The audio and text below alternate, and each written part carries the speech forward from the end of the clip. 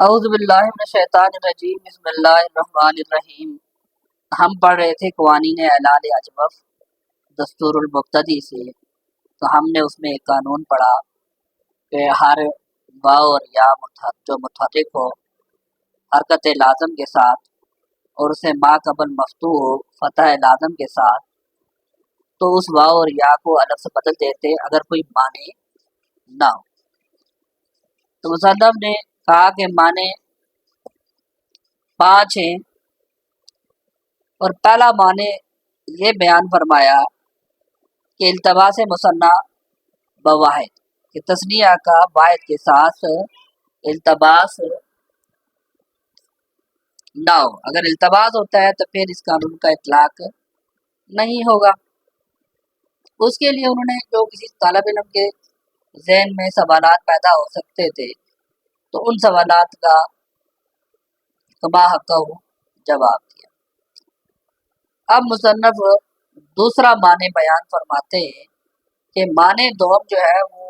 یہ ہے کہ تعلیل لام کلمہ، کہ لام کلمہ کی تعلیل معنی تعلیل عین کلمہ، کہ وہ معنی ہے کس کی تعلیل کے؟ عین کلمہ کی تعلیل کے لیے معنی ہے کہ لام کلمہ کی تعلیل ہوگی تو عین کلمہ کی تعلیل نہیں ہوگی۔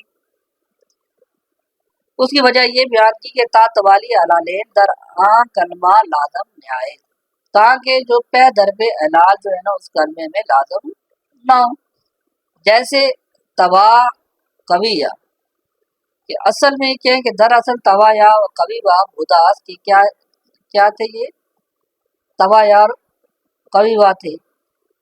اب یا متحرک ما قبل مفتوح، تو یا کو الف سے بدل گیا توا بن گیا، اور قوی واو میں طرف میں واو تھا اور ما قبل کسرہ تھا تو یہ یا سے بدل گیا تو قوی یا بن گیا۔ یا دیگر کلمہ در حی یا، کہ حی یا میں ہم دیکھتے ہیں یا میں بھی یا متحرک ما قبل مفتوح ہے تو اس کو الف ہونا چاہیے کہ اعلال عین کلمہ موجب است، کہ عین کلمے کا جو ہے نا وہ کلمہ جو ہے نا وہ اعلال کو واجب کرنے والا ہے، لیکن یہاں پہ نہیں کر رہے، ہم اعلال نہیں کر رہے کہ در یا دو اعلال جمع شمت کے، اس میں بھی دو اعلال جمع ہو جائیں گے، ہو جاتے ہیں، تو اس لیے پھر حی یا اس کا جو ماضی ہے اس میں اعلال نہیں کرتے، اس وجہ سے توالیہ اعلالین کی وجہ سے، تو یا میں اعلال دو جمع نہ ہو۔ بعض گفتان کے بعض کہتے ہیں کہ در حی یا الف نگشت، کہ حی یا میں الف جو ہے نا وہ نگشت اس لیے الف نہیں ہوا تا دلالت کنند بر اصل کلمات، کہ جو کلمات دیگر کی اصل پہ جو ہے نا وہ دلالت کرے کہ اس طرح کے کلمات تھے تو ان پہ یہ قانون لاگو ہوا تو ان کی اس طرح کی حیت ہو گئی، تو حیا کو اس لیے جو ہے نا وہ اس میں ہم نے اعلان نہیں کیا۔ اور بعض گفتان اور بعض کہتے ہیں کہ تا حکم باب لفیف مقرون مختلف نہ گردد، کہ جو باب لفیف مقرون ہے نا اس کا حکم مختلف نہ ہو جائے، یعنی چوں در توا و قویہ الف نگشت، کہ توا اور قویہ میں الف نہیں ہوا جو عین کلمہ تھا، اور جیتے اجتماع علالین کی وجہ سے کہ وہاں پہ دو اعلال جمع ہو جائے، اور اسی طرح در حی یا میں بھی الف نگشت الف نہیں ہوا تا حکم باب مختلف نگردت، کے اس وجہ سے کہ جو باب لفیف مقرون کا حکم ہے نا وہ مختلف نہ ہو جائے، اور در توا یا و قوی یا میں الف نگشت اس میں بھی الف نہیں ہوا، وہاں کے در لام کلمہ تعلیل نشدہ است، کہ لام کلمہ میں تعلیل تو نہیں ہوئی ہے اس میں، اذان کے اس لیے کہ یہ معمول اصبر توا و قوی ہے، اس لیے کہ یہ معمول ہے کس پہ؟ توا اور قوی یا پر۔ اب سوال یہ پیدا ہوا کہ در توا و قوی یا چران عین کلمہ را تعلیل نہ کر دیں، تو بھائی توا میں اور قوی یا میں عین کلمہ میں تعلیل کیوں نہیں کی، اور لام کلمہ را سلامت نہ داشتت، اور لام کلمہ کو جو ہے نا وہ سلامت نہیں رکھا، تا توالی علالین لازم نیام دے، تاکہ جو ہے نا وہ توالی علالین نہ ہو، کہ بھائی عین کلمہ میں تعلیل نہیں کی اور لام کلمہ کو سلامت نہیں رکھا، تو بھائی آپ عین کلمہ میں ہی کر دیتے تعلیل، تو پھر بھی اور لام میں نہ کرتے تو توالی علالین نہ ہوتا۔ تو انہوں نے جواب دیا کہ اول تعلیل لام کلمہ سابق از تعلیل عین کلمہ، کہ جو لام کلمے کی تعلیل ہوتی ہے نا یہ پہلے ہوتی ہے این کلمہ کی تعلیل سے۔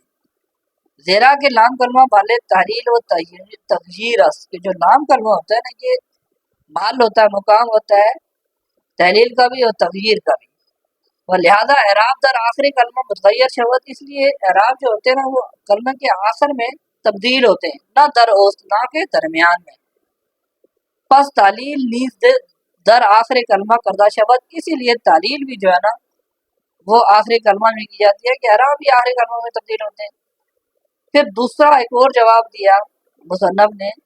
کہ تا در مضارع، تاکہ مضارع میں اشاعین کے ضمہ بر یا لازم نہایت، کہ یا پر جو ضمہ ہے نا وہ لازم نہ ہو، یہ ثقیل ہوتا ہے یہاں پہ۔ اور تیسرا جواب مصنف نے یہ دیا کہ اگر این کلمہ را بعلم بدل بھی کرتا، اگر این کلمہ کو الف سے بدل دیتے ہیں، وہ لام کلمہ را سلامت بھی داشتن، وہ لام کلمہ کو سلامت رہنے دیتے ہیں، اس کے ساتھ نہیں چھیڑ چھاڑ کرتے، در آخر کلمہ حرف علت بولے تو آخر کلمہ میں کیا ہو جائے گا، حرف علت آ جائے گا، اور ما قبل میں الف، اور اس سے پہلے کیا ہو جائے گا الف، اور ای چنی، اور اس طرح کا کلمہ ای چنی کلمہ، اور اس طرح کا کلمہ در کلام عرب یافتہ نشدہ، کلام عرب میں اس طرح کا کلمہ نہیں ہے اگر ہم ایسا کرتے ہیں۔ پھر مصنف نے ایک اور جواب دیا اس کے لیے، وہ جواب چہارم، کہ اگر در این کلمہ تعلیل میں کرتا، چلیں جی اگر این کلمہ میں تعلیل کر دیتے ہیں اور لام کلمہ را سلامت بھی داشتے اور لام کلمہ کو سلامت رہ دیتے ہیں، تو توا میں ہمیں یہ کرتے ہیں، ہم این کلمہ میں کرتے ہیں تو یہ بن جائے گا تا یا شد لازم آمد۔ تو التباس باب ضرب یضرب بباب سمیع یسمع، تو التباس ہو جاتا ہے باب ضربہ کا یضرب، باب ضربہ یضرب کا سمیع یسمع کے ساتھ، تو اس لیے پھر ہم اس التباس کی وجہ سے یہ پھر بھی ممکن نہیں تھا۔ تو یہ مختلف جوابات دے کے مصنف نے جو ہے نا سمجھانے کی کوشش کی ہے۔